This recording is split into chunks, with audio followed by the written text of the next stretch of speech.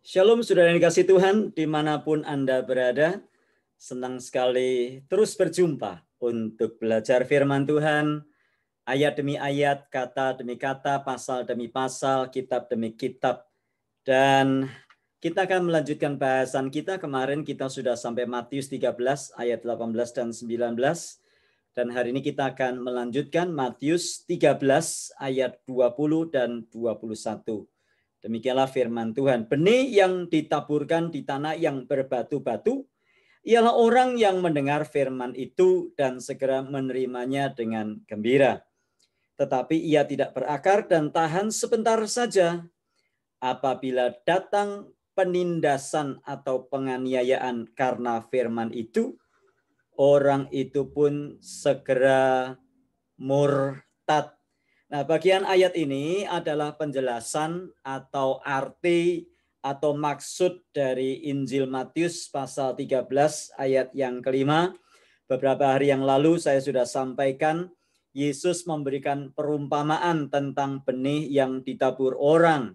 Sebagian jatuh di pinggir jalan, itu jenis tanah yang pertama. Kemarin saya sudah bagikan, silakan ikuti videonya di dalam tayangan berjudul Tanah Pinggir Jalan. Dan hari ini jenis tanah yang kedua adalah sebagian jatuh di tanah yang berbatu-batu. Matius 13 ayat 5. Yang tidak banyak tanahnya. Lalu benih itu pun segera tumbuh karena tanahnya tipis. Tetapi sesudah matahari terbit, layulah ia dan menjadi kering karena tidak berakar. Nah, berbeda dengan benih yang jatuh di pinggir jalan kemarin, yang kemudian dimakan burung. Benih yang jatuh di tanah yang berbatu-batu ini lebih baik situasinya. Kalau kita membaca ayat yang ke-21, tetapi ia tidak berakar dan tahan sebentar saja. Kemudian ayat yang kelima, Matius 13, bagian jatuh di tanah yang berbatu-batu yang tidak banyak tanahnya. Lalu benih itu pun segera tumbuh karena tanahnya tipis. Jadi kalau tanah yang di pinggir jalan kemarin tidak sempat bertumbuh, maka tanah yang berbatu-batu ini benihnya sempat bertumbuh.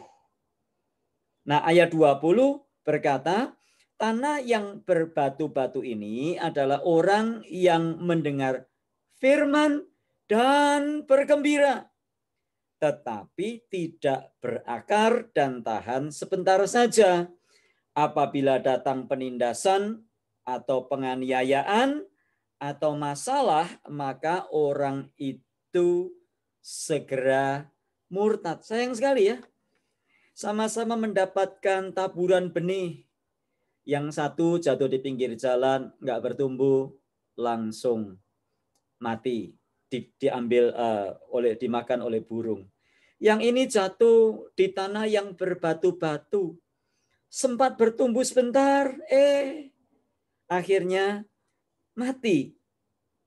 Nah, kemudian apa yang kita dapat lihat dari ayat ini? Dari ayat ini kita belajar bahwa ujian sesungguhnya apakah firman itu telah berakar atau tidak bukanlah dengan kenyamanan hidup. Ya, kalau hidup nyaman semuanya tahan.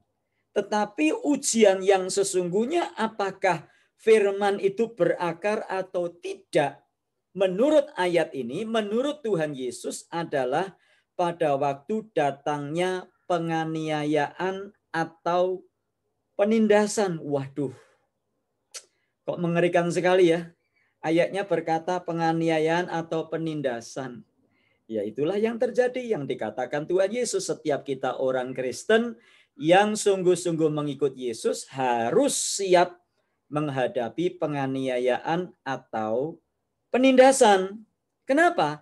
Karena penganiayaan atau penindasan atau masalah atau kesulitan hidup dipakai Tuhan untuk menguji apakah benih yang sudah ditaburkan itu berakar dan bertumbuh?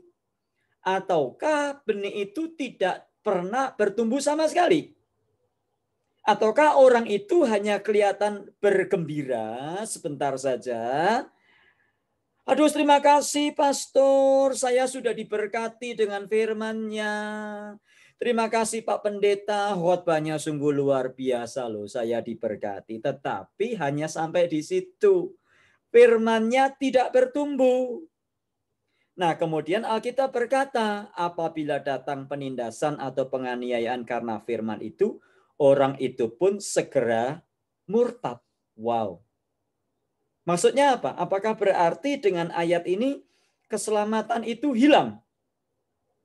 Nah, sekali lagi ayat ini tidak berbicara dan tidak membahas tentang hilangnya keselamatan atau tidak hilangnya keselamatan. Tetapi ayat ini membuka mata kita, membuka pengertian kita semua, bahwa orang yang murtad itu memang sejak semula, sejak awalnya tidak menerima firman. Dia hanya gembira mendengarkan firman. Itu sebabnya jangan heran kalau ada orang yang murtad, padahal dulunya mendengar firman, ikut komsel, ikut Bible study, ikut wanita bijak, ikut pria sejati, ikut apa saja, tetapi hanya sampai kepada level bergembira mendengarkan ayat itu. Dan sayangnya pada waktu orang itu bergembira atau sikap hati yang kelihatan bergembira, seringkali kita memandangnya bahwa orang itu terlihat menerima firman. Padahal tidak sungguh-sungguh menerima firman. Jadi yang namanya murtad itu tidak terjadi dengan tiba-tiba. Murtad sesungguhnya adalah akumulasi dari penolakan kita akan firman atau akumulasi dari tindakan kita yang tidak pernah menerima firman dan bertumbuh di dalam firman. Itu sebabnya orang gampang murtad. Ya, triggernya atau penyebabnya apa saja bisa. Bisa karena wanita cantik, bisa karena pria ganteng, tampan, kaya raya, bisa karena posisi dan jabatan, bisa karena pekerjaan, bisa karena macam-macam. Jadi yang namanya murtad tidak terjadi dengan tiba-tiba.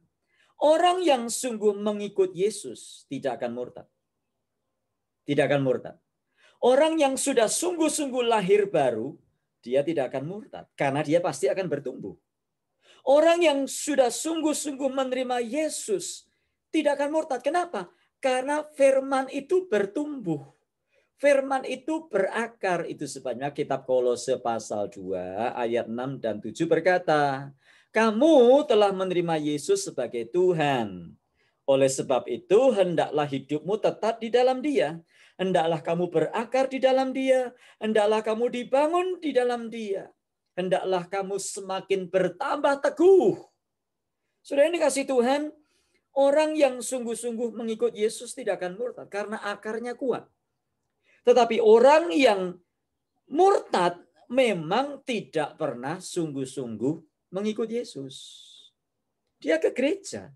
Dia mungkin aktif. Aktif belum tentu sungguh-sungguh loh ya. Aktif itu dilihat dari bagaimana kehidupannya berjalan bersama dengan Tuhan. Bagaimana buah-buahnya itu nyata, nampak, terlihat. Itulah yang dinamakan bertumbuh. Bukan sekedar menerima benih. Karena itu, mari kita merenung sejenak, saudara-saudara. Bagaimanakah sikap kita terhadap firman selama ini?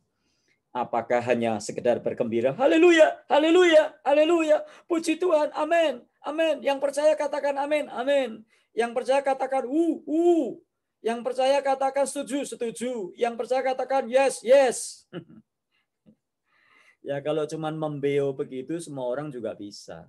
Tetapi apakah betul-betul firman itu kita terima berakar di dalam hidup kita?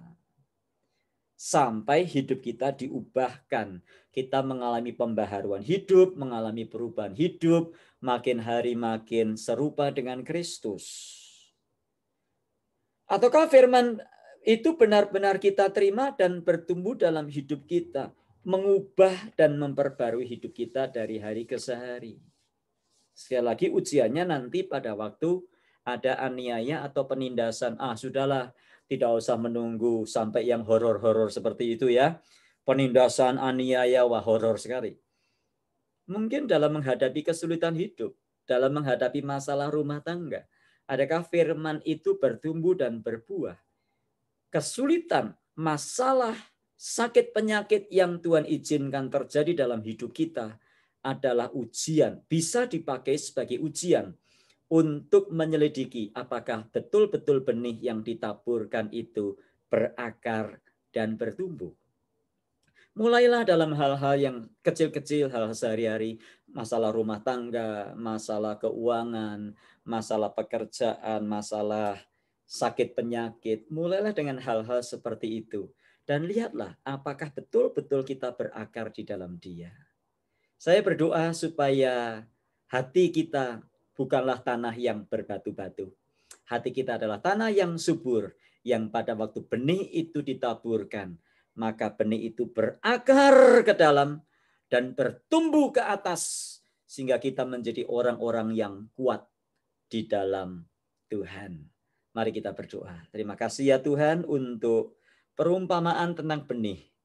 Jenis tanah yang kedua yang kepadanya benih itu jatuh adalah tanah yang berbatu-batu. Tuhan, tolong kami untuk kami sungguh-sungguh mengikut Yesus, menjadi murid Yesus, sehingga kami membiarkan firman itu jatuh di hati kami, bukan hanya sementara, kami menerimanya bukan hanya dengan sikap gembira, tetapi sungguh firman itu berakar kuat dalam hidup kami, dan kami bertumbuh di dalam Kristus, yang karenanya kami boleh menjadi kesaksian bagi banyak orang, hidup kami memberkati banyak orang, dan sementara itu kami sendiri makin hari makin kuat. Terima kasih Tuhan untuk firman-Mu ini. Tolong kami kalau ada di antara kami yang sedang menghadapi masalah-masalah kehidupan, masalah suami istri, masalah rumah tangga, masalah ekonomi, masalah penghidupan sehari-hari, masalah pelayanan, masalah apapun juga. Tuhan tolong kami supaya kami menghadapinya dengan firman-Mu. Sebab firman diberikan bukan sekedar supaya kami menerimanya, tapi firman diberitakan, firman diberikan, dan firman ditabur dalam hati kami, supaya kami menghadapi apapun dalam hidup ini dengan firman-Mu. Terpujilah Engkau, kekal selamanya.